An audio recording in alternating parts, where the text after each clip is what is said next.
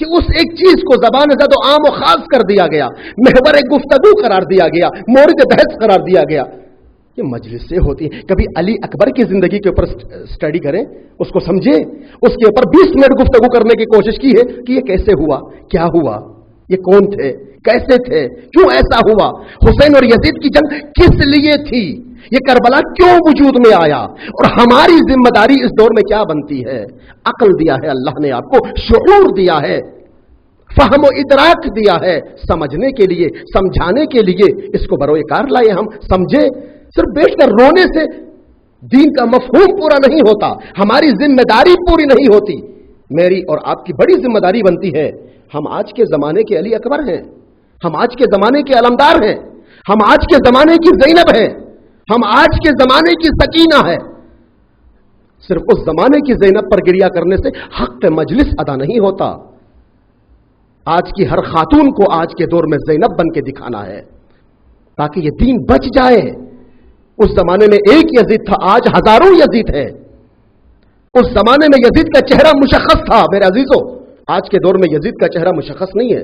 وہ چہرے بدل بدل کے آتا ہے، وہ رنگ و روپ بدل بدل کے آتا ہے. کبھی میڈیا کی شکل میں، کبھی اخبارات کی شکل میں، کبھی گندی ویڈیوز کی شکل میں، کبھی گندے امیجز کی شکل میں، کبھی کلچر کے نام پر، کبھی ثقافت کے نام پر، کبھی تہذیب کے نام پر، کبھی تمدن کے نام پر، کبھی کتاب کے نام پر، کبھی سلیبس کے نام پر، کبھی اسکول کے نام پر، کبھی کالج کے نام پر، کبھی پکنک کے نام پر. دیکھیں کتنے چہرے ہیں.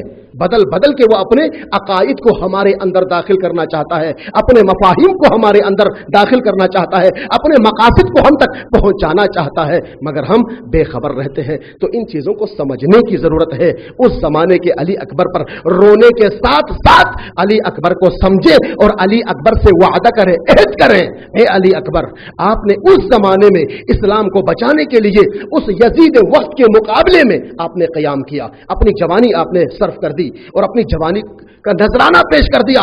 آج میں آپ کا چاہنے والا، آج کے اسلام کو آج کے یزید سے بچانے کے لیے میں آپ کے نقش قدم پر آگے بڑھ رہا ہوں. صلوات پڑھیں محمد و آل محمد پر.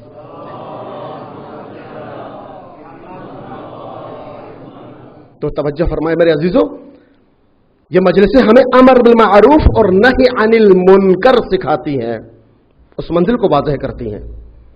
تو مجلسوں میں آنے سے پہلے چھوٹے بچے ہیں، ماں باپ کی، پیرنٹس کی رسپانسبلٹی، ان کی ذمہ داری بنتی ہے کہ ان بچوں کے ذہن میں مجلس میں جانے سے پہلے ڈال دیں. کہا بیٹا دیکھو آج ہم مجلس میں جا رہے ہیں، اور آج جس شہزادے کی مجلس پڑھی جا رہی ہے نا، اس کی ایج اتنی تھی، اس کا کام یہ تھا، اسے اس لیے شہید کیا گیا تاکہ یہ قرآن نہ بچے، اسے اس لیے مارا گیا تاکہ یہ دین نہ بچے، اسے اس لیے مارا گیا تاکہ یہ کلمہ باقی نہ رہے. کیوں؟ شراب کو عام کرنا چاہتے تھے، زنا کو عام کرنا چاہتے تھے، فسق و فجور کو عام کرنا چاہتے تھے، مار دھاڑ کو عام کرنا چاہتے تھے، تمام برائیوں کو عام کرنا چاہتے تھے، قرآنی پیغامات کو دفن کرنا چاہتے تھے، رسول خدا کی زحمتوں پر پانی پھرانا چاہتے تھے، اسلام کے چہرے کو مسخ کرنا چاہتے تھے. انہی شخصیات نے اسلام کو زندہ کر دیا، انہی شخصیات نے قرآن کی عزت رکھی، انہی شخصیات نے اسلام کی عزت رکھی. اپنی زبان میں بچوں کو سلیس طریقے سے بتا کر بٹھانا ہوتا ہے، اور گھر پہنچ کر ہر باپ اپنے بچے سے انٹرویو لے لے، بیٹا کیا سیکھا، کیا ملا، کچھ سمجھ میں آیا، کچھ سمجھ میں نہیں آیا، آج تم نے کیا سیکھا. دیکھیں طریقہ یہ 8-10 دن جو آپ کے پاس ہوتے ہیں، چاہے پہلے عشرے کے ہوں یا دوسرے عشرے کے ہوں یا ایام زینبیہ کے ہوں، تو ہم میں سے ہر کسی کو اپنے گھر کو مدرسہ بنانا چاہیے. ماں باپ بچوں کے لیے معلم بن جائیں، بچے آپ کے شاگرد بن جائیں. کم سے کم اگر پورا سال ہم وقت نہیں دے سکتے تو ان 10 دنوں کو اپنے بچوں کے لیے وقف کر دیں، ان کی تربیت کے اوپر وقف کر دیں، ان کے حجاب کے اوپر وقف کر دیں، ان کی زندگی کے اندر جتنے بھی ایمان کو بڑھانے کے اصول ہیں ان کو سکھانے کے لیے ہم کم سے کم بچوں کے اوپر صرف کر دیں. صلوات پڑھیں محمد والے محمد پر.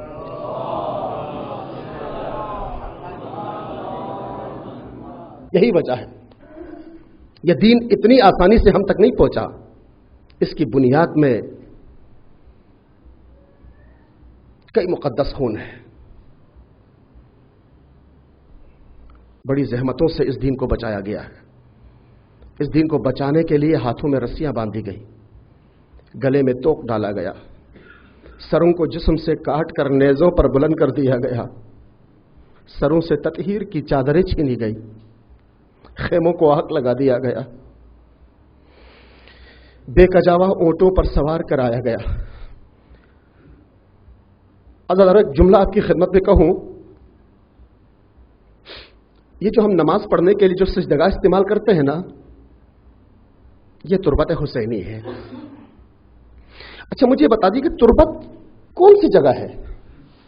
کہ قبر حسین کے اوپر کی مٹی کو تربت کہتے ہیں؟ نہیں، کربلا کئی میل پر پھیلا ہوا ہے۔ کربلا کے سرزمین سے جہاں سے بھی آپ اٹھا لیں مٹی، وہ تربت کہلاتی ہے۔ اس کی وجہ یہ ہے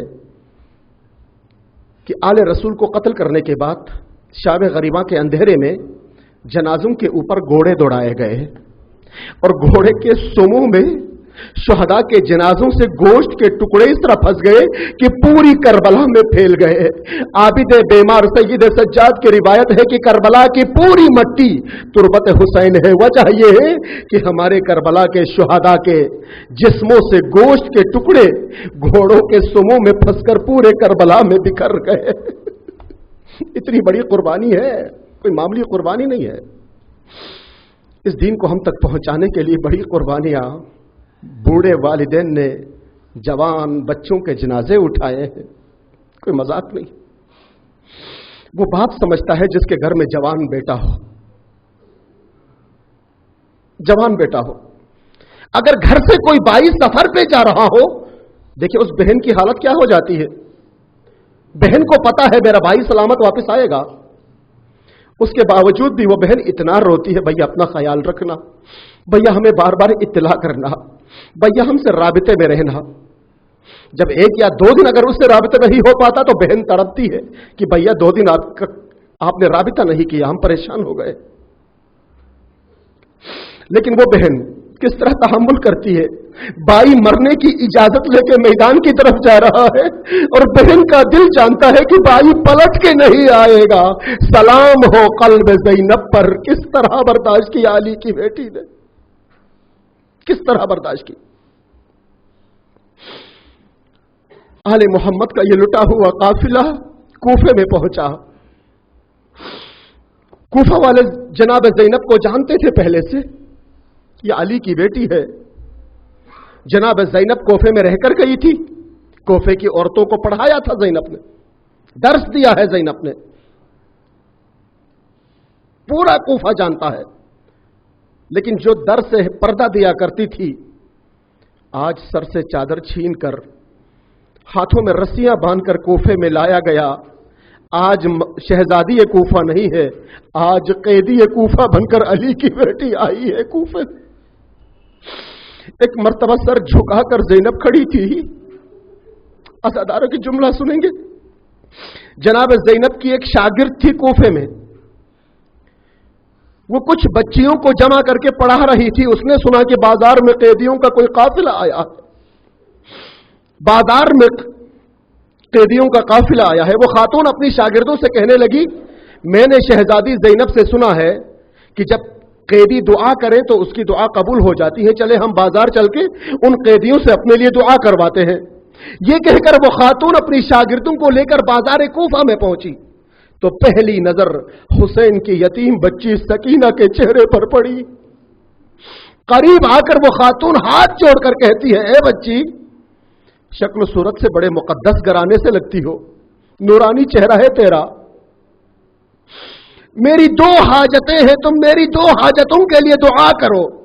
ایک مرتبہ سکینہ نے زینب کا چہرہ دیکھا اور زینب نے اشارہ کیا، سکینہ پوچھو اس سے یہ کیا چاہتی ہے۔ جناب سکینہ نے کہا، اے خاتون بتا اپنی حاجت کیا ہے۔ تو خاتون کہنے لگی، میری پہلی حاجت یہ ہے کہ میرے گھر میں تمہاری طرح 4 سال کی بچی ہے، تم دعا کرو کہ میری بچی اسیر نہ ہو جائے، یتیم نہ ہو جائے۔ ایک مرتبہ سکینہ نے اپنے ننھے ہاتھ بلند کر دیے، کہا پروردگار، حسین کی بچی کی طرح اس کی بچی کو یتیم نہ کرنا، اس کے سر سے باپ کے سائے کو اجرکم علی اللہ۔ اس خاتون نے اور اس کی شاگردوں نے آمین کہا، اور دوسری مرتبہ سکینہ نے زینب کا چہرہ دیکھا اور زینب نے اشارہ کیا سکینہ اس خاتون سے اس کی دوسری حاجت پوچھو. ایک مرتبہ سکینہ نے سر جھکا کر پوچھا اے خاتون بتا تیری حاجت کیا ہے؟ تو وہ خاتون کہنے لگی میری دوسری حاجت یہ ہے کہ میں نے سنا ہے میرے مولا حسین سفر پر ہے، ان کے ساتھ زینب ہے، ان کے ساتھ ام کلثوم ہے، تو میرے مولا حسین کی سلامتی کے لیے دعا کرو. یہ جملہ کہنا تھا. پیچھے سے زینب نے آواز دی اے حبیبہ تو نے زینب کو نہیں پہچانا؟ جس حسین کی تم سلامتی مانگتی ہو اس کا سر نیزے پر بلند ہے، تیری زینب تیرے سامنے کھڑی ہے. ایک مرتبہ حبیبہ نے زینب کا چہرہ دیکھا، قدموں پر گر پڑی، پلٹ کے کہنے لگی شہزادی زینب آپ کا یہ حال ہو گیا؟ ارے آپ کے عباس کہاں چلے گئے؟ جب عباس کا نام آیا زینب دھاڑے مار مار کے رونے لگی اے حبیبہ میرے حسین کو قتل کر دیا گیا، میرے عباس کے بازو قلم کر دیے گئے، میرے علی اکبر کے سینے پر ظلم کی برچھی ماری گئی. جب حبیبہ نے نیزوں کی جانب دیکھا حسین کا سر نظر آیا، علی اکبر کا سر نظر آیا، اصغر کا سر نظر آیا، لیکن عباس کا سر نظر نہیں آیا. پلٹ کے شہزادی سے کہنے لگی شہزادی عباس کا سر نیزے پہ نظر نہیں آتا. ایک مرتبہ سیدہ زینب نے کہا اے حبیبہ وہ سامنے گھوڑا نظر آ رہا ہے. کہاں شہزادی؟ گھوڑا نظر آ رہا ہے، اس کے گلے میں عباس کا سر لٹکا ہوا ہے. کہا شہزادی نیزے پہ کیوں نہیں بلند ہوا؟ زینب فرمانے لگی اے حبیبہ ظالموں نے کئی مرتبہ سر کو نیزے پہ بلند کرنا چاہا مگر عباس کی غیرت زینب کو کیسے ننگے سر دیکھتا، نیزے پہ عباس کا سر نہیں رکا.